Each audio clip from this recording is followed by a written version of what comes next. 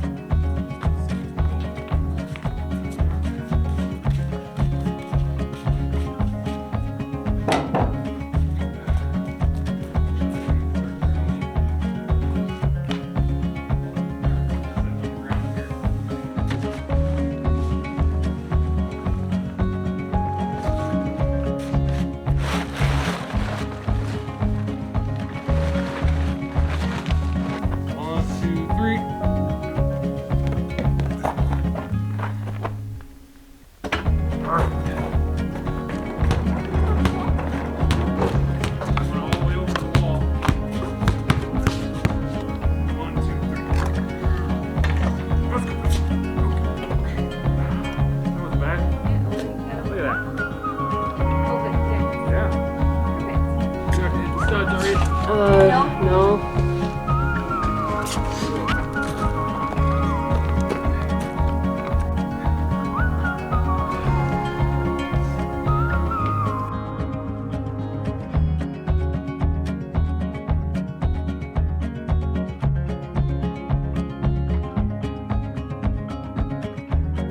That is quite the 10 by 10 post, you guys. If I remember, it's like over 27 feet.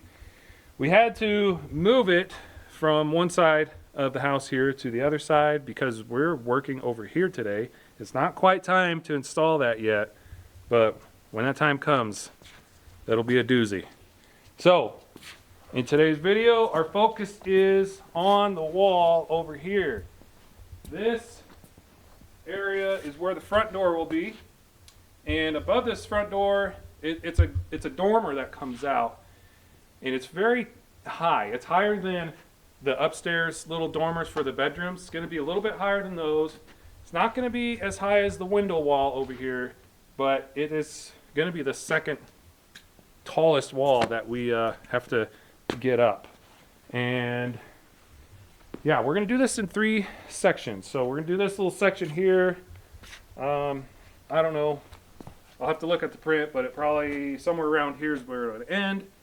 And then we'll connect the upper section of this very tall wall to the second floor walls up there, and we'll come back down and get this other section up, which is another 15-foot section identical to that one over there that we did last week.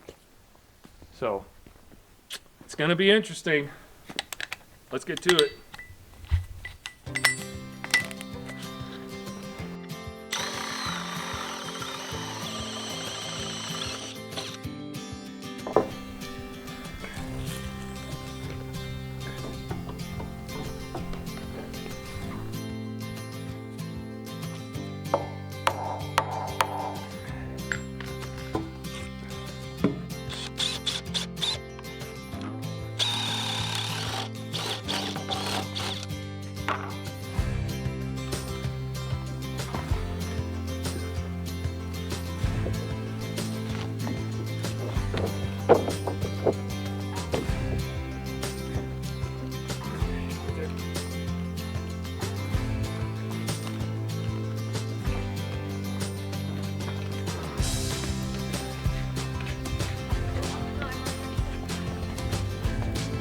Around.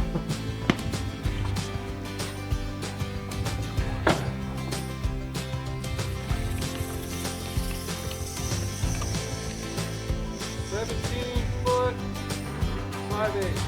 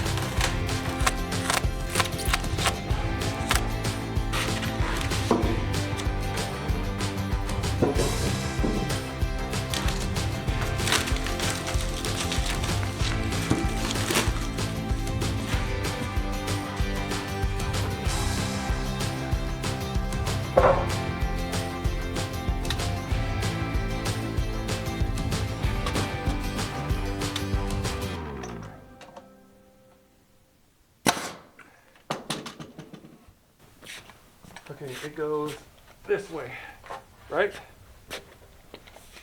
Yep. It's me. I'm talking to myself. I couldn't see the end.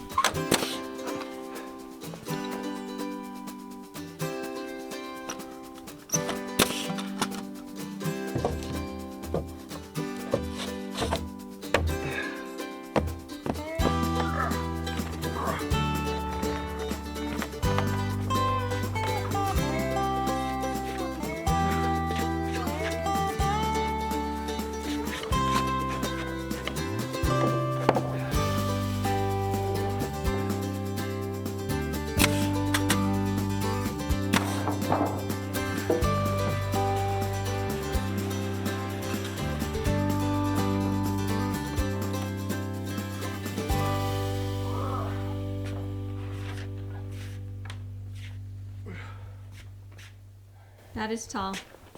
Well, this is your fault. It's an 8-foot door. I know it's gonna look awesome. Wide is it? I guess that's 8 foot. It feels more than 8 foot. 8 foot and 3/4. Do you add 3/4 to doors Oh, like you know windows? what? I added 2.5 inches. Oh. Extra. For You're the, supposed to, for the jam and stuff. according to what I looked up. All right, there we go. Now I can do the other side. Am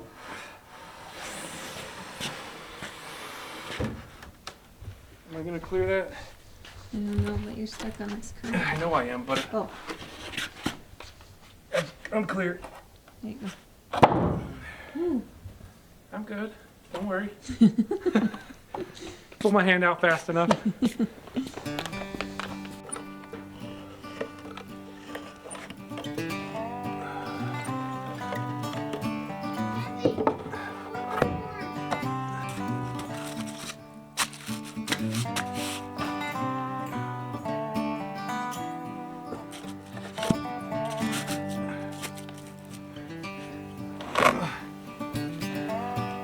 One more?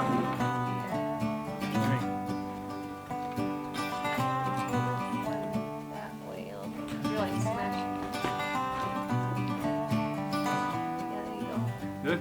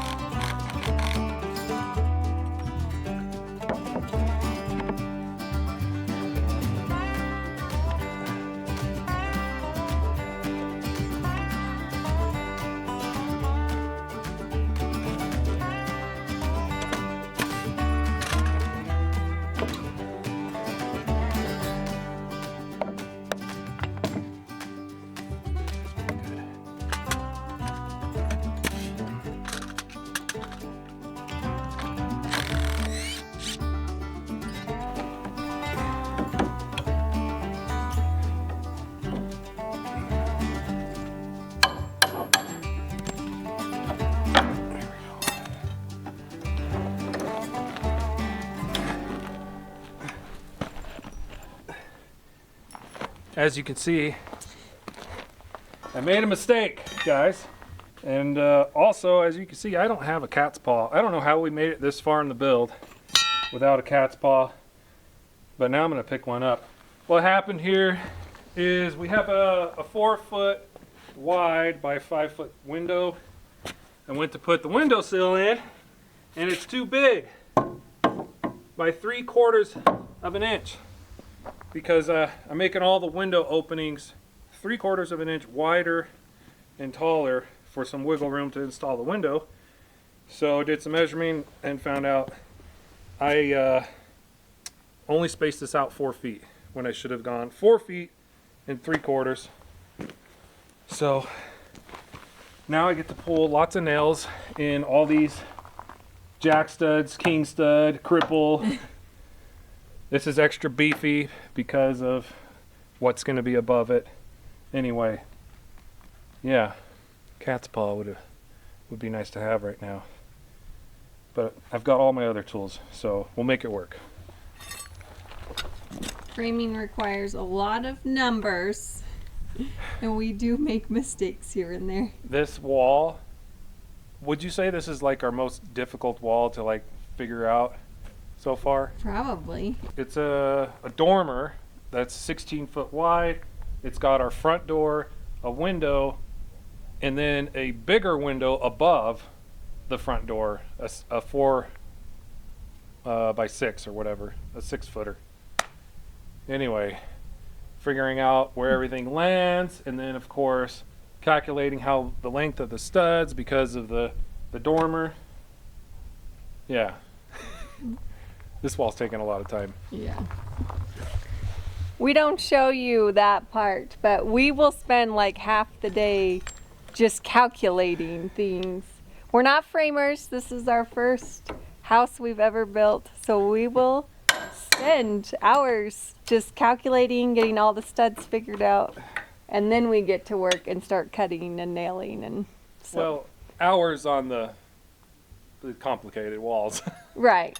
We can do a square wall, calculate that pretty quick. It's true. Let's see this one. We're figuring it out, a little bit at a time. I like this big crowbar for these. Leverage.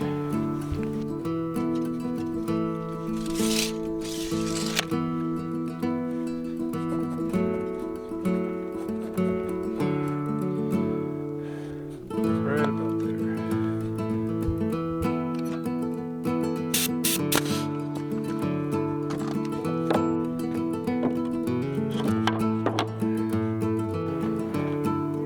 There.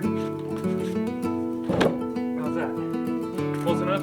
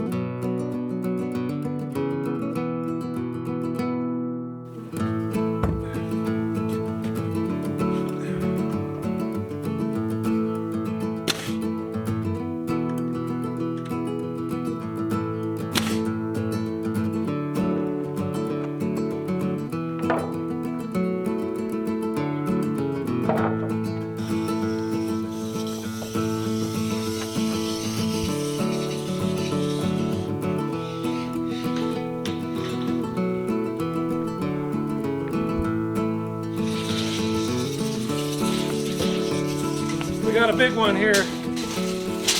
We're at 22.5 feet, guys, on this wall. It's our tallest one yet. Our last one was that one at 14.9. But this wall took a lot of time. It took like 3 days to crunch all the numbers, get it all figured out, laid out, and then to frame it all. We've got our front door here, which is an 8-foot tall door. Why an 8-foot door? Well, it's for aesthetics, really. Since this section of the house is very tall, it probably would look better with a taller door versus a regular size door. So it's a 3-foot by 8-foot. We've got a 4x5 window and a 6x4 window up here. And of course, a beam pocket. Again, we have a lot of beams for that one. That'll be, all our beams are going to be cool. But, you know, that one's going to be really a special one. It's going to come from above and attach to our 10x10 that's going to be at the corner of the stairs here, like right here. Now, another thing about this wall is it's missing a section. You can see the top plate is sticking out. That's because that section is actually going to be up on the second floor. So from the outside, you won't be able to tell. It'll look uniform and whatnot. But on the inside, you know, that this dormer is going to be over a little bit above the second floor. Now, the other thing, or the problem with this wall, did I mention that it's tall? That's the problem. So we need, the backhoe, the hoe is just not, I don't think it's safe enough to, it's powerful enough to pick it up, but it's just not long enough, you know. So we need to build an attachment for our backhoe, kind of like a little crane, a homemade crane, we'll just say. So that's what we're going to do next. We're going to start building a crane and hopefully get it done and hopefully get this wall set in place before this video ends. So let's get the backhoe and head over to the shed and to our scrap metal junkyard paradise, pick out some steel and build a crane.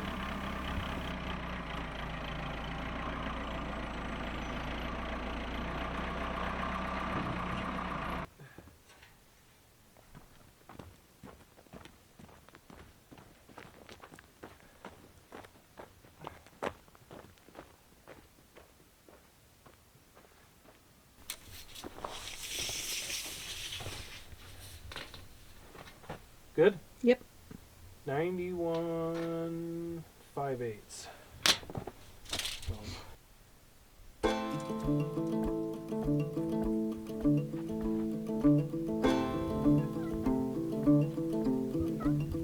Good cat.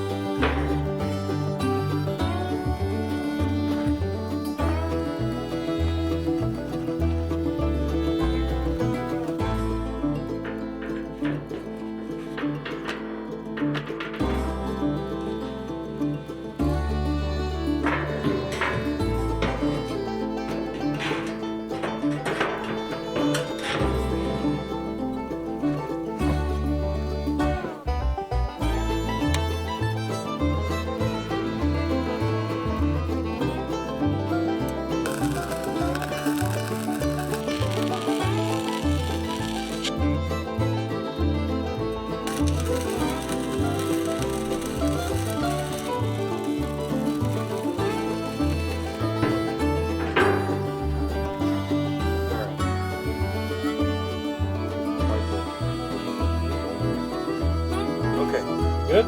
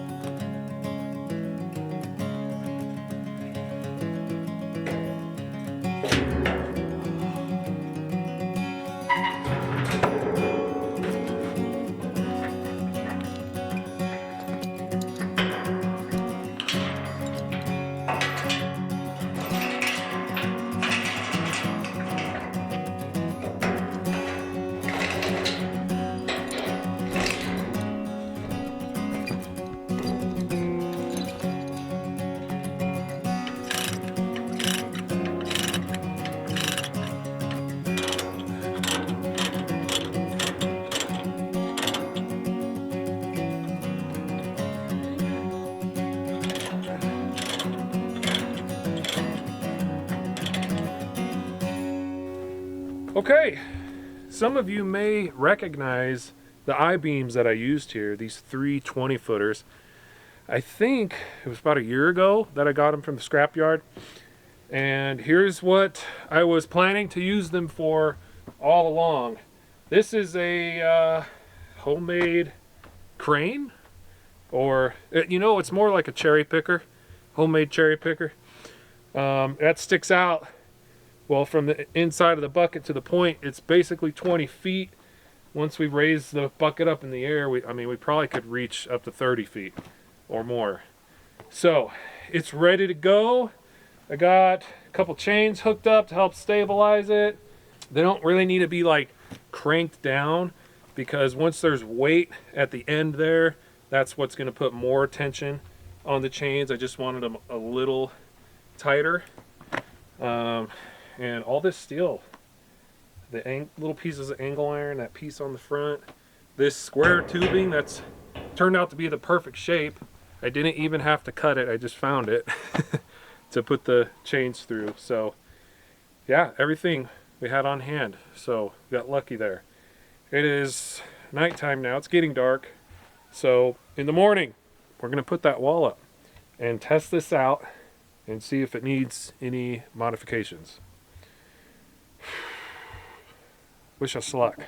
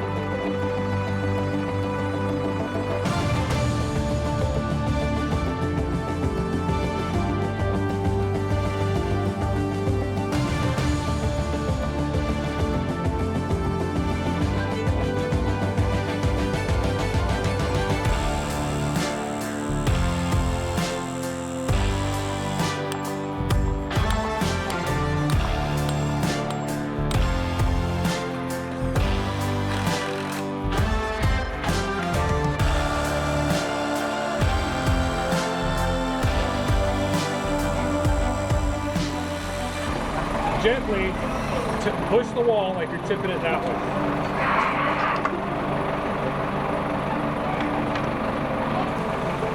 Go ahead, Dan.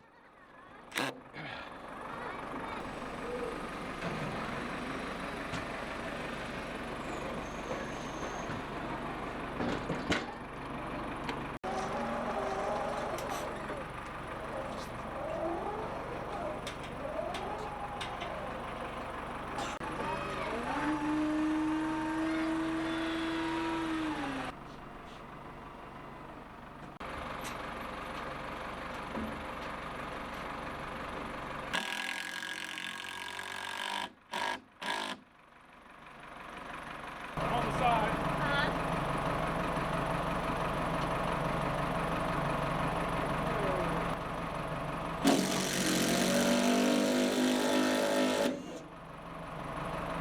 We're in.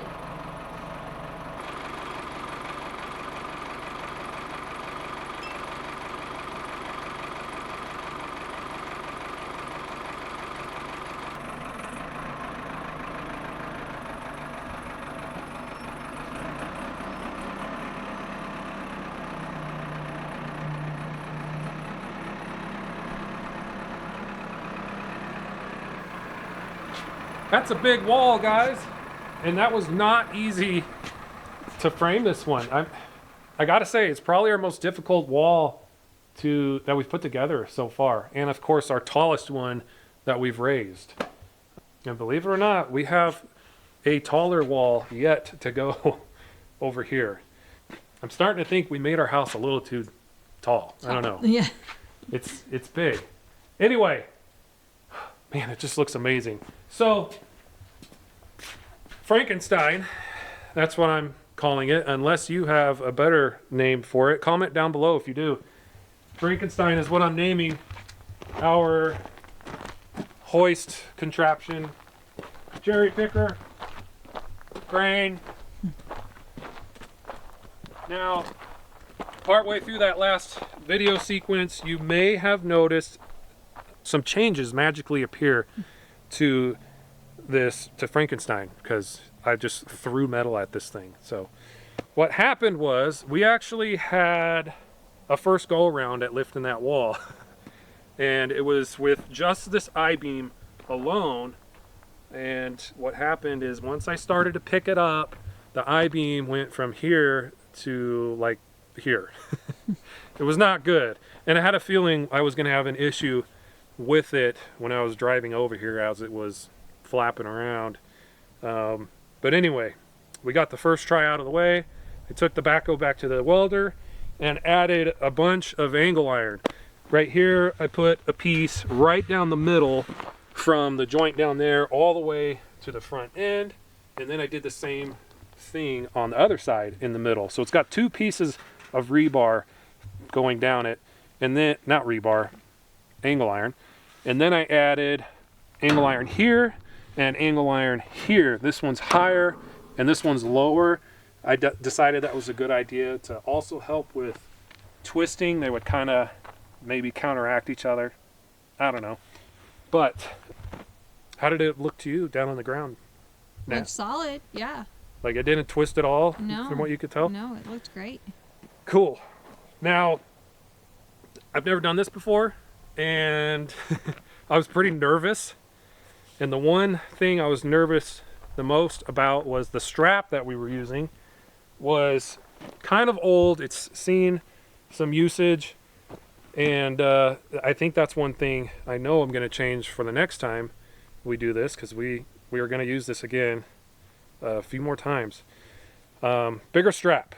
So other than that, I don't know. I mean, I could add some more steel to make it stronger. If you guys have any ideas, leave it down below in the comments and I'll consider it. Everything So. went smooth. There were no Yeah. hiccups while raising that. Picked the wall right up off the ground to get it over electrical pipe, anchor bolts. We did have a safety meeting. I'm serious. We did. Me, Natalie, and Logan and Ethan. The other kids were not allowed to be around, or at least off to the side anyway. So, yeah, because if something went wrong, we don't want anyone in the way. But it turned out really good. So, Hope you guys enjoyed this video, and if you're new, subscribe. Watch some more. Leave a thumbs up on the way out. That'd be awesome. It would help us out a ton. We'll see you guys in a week.